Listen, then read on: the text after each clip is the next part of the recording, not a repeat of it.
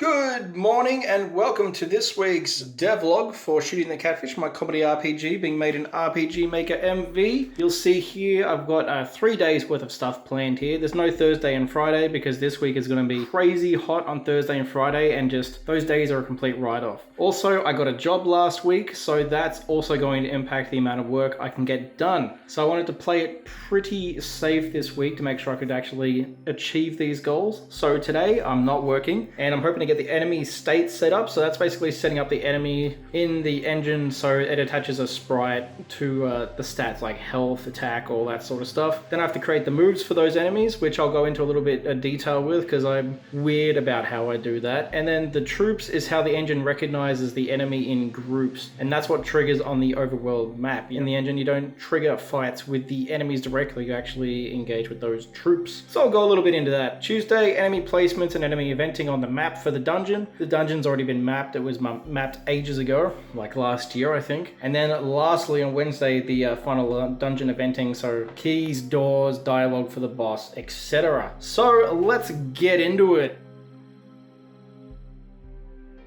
Good morning, it is well on its way to lunchtime and I already got my things that I wanted to get done today, which is good because it means I can spend the afternoon looking into some color grading plugins which I need to do for freelance work. But I thought I'd show you what I've been up to. So like I said, I was working on the enemies and then setting up their skills and then the troops. So for those who aren't really familiar with RPG Maker MV, or for those who are curious about my setup, we'll go have a look at an enemy. So if I come to here, let's say a good friend Kevin here, 2000 HP, 110 attack. Actually, I haven't adjusted their attack values yet. These are based on the stats from the previous dungeon. So I'm just going to quickly them up a little bit. And there's not many enemies in this dungeon, so they can, I did put their HP up. I think their attack for these other guys can stay relatively the same. He doesn't need strong attack.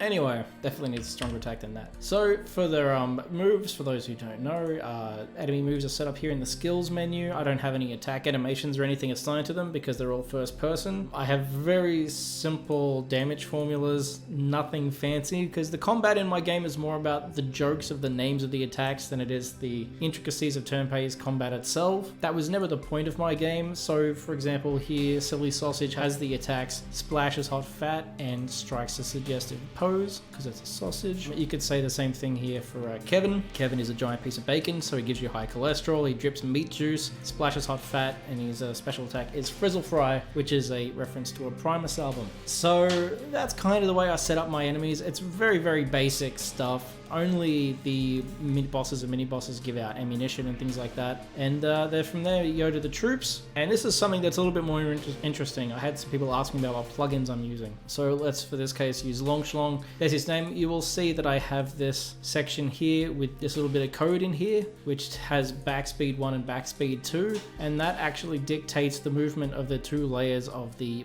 background in here. And that ties into a certain plugin I am using, which is called Battle Back Scroll. And you just set some variables here and automatically scrolls battle backs 1 image. Simple as that. And there's also this some random dude one. So I've forgotten which of the two they're both turned on. I've forgotten which one is actually doing the work because the code in the battleback names is a reference to this, sorry. So either one of these is making that stuff scroll. I put the plugin in ages ago, literally a couple of years ago now, so I don't remember which of the ones is doing the work. Some random dude one I think is the one that's doing the heavy lifting here. So if you were curious, that's a little something about a plugin I'm using. So that's it for today.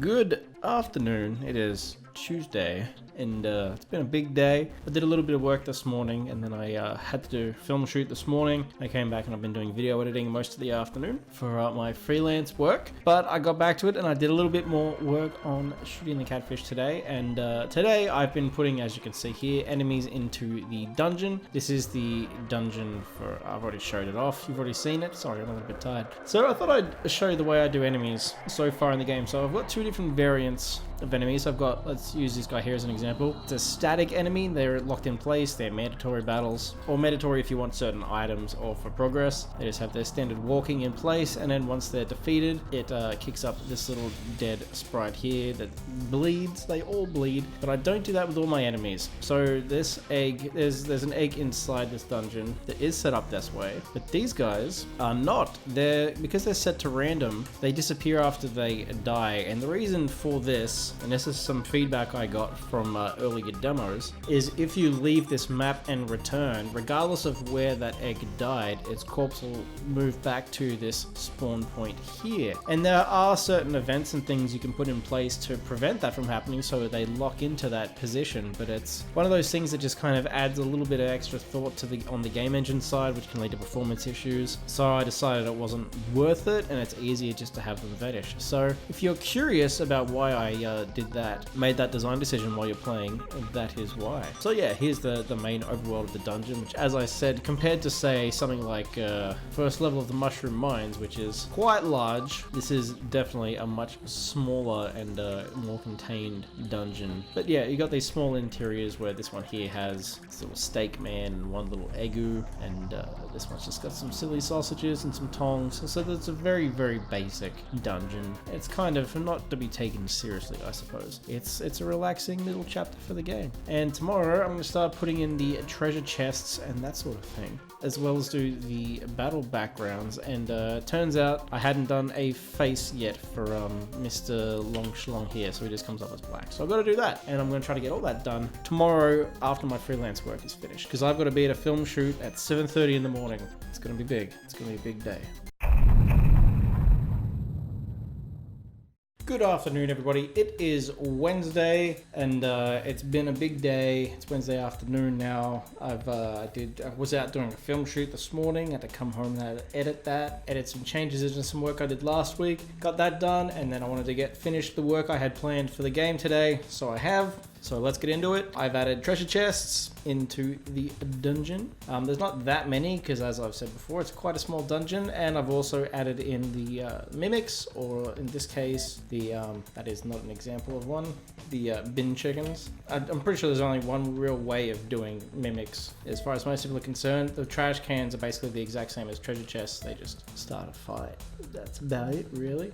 So those are in, so that's cool. I also got the backgrounds for this dungeon done. I thought I'd show something I've done specifically is the boss fights have different battle backgrounds to the regular environment. So if we check this regular environment here, we've got our top and bottom layers, and we've got these diamonds here. But if you fight the boss, this outdoor one here, Kevin, if you go into the battle background, it actually changes. Oh, that's it changing back to the original one. But before the boss fight, it actually changes up with skulls. So every time you fight a boss in this game, the backgrounds will stay the same color as they've originally been, but they'll turn into skulls and then they'll turn back to normal again. So that's something a little interesting I've been doing just to spice things up a little bit. You always know you're in a serious fight when the skulls come up in the background.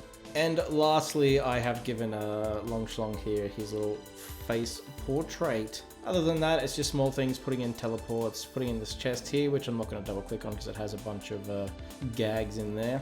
Right, so that's really all I had planned for this week. Now I just have to edit this episode together, which I'll be doing tomorrow. Won't be working on Friday, as I've said. 40 degrees Celsius, it's not happening. And I'm also doing film shoot that day. So between the two, it's just not going to happen. So sorry it was a short week this week. You know, next week I'm going to be putting in the text for the bookshelves. And other than that, I think the dungeon's pretty much there other than playtesting. So I guess we might even be moving on to the next area already, which would be pretty awesome.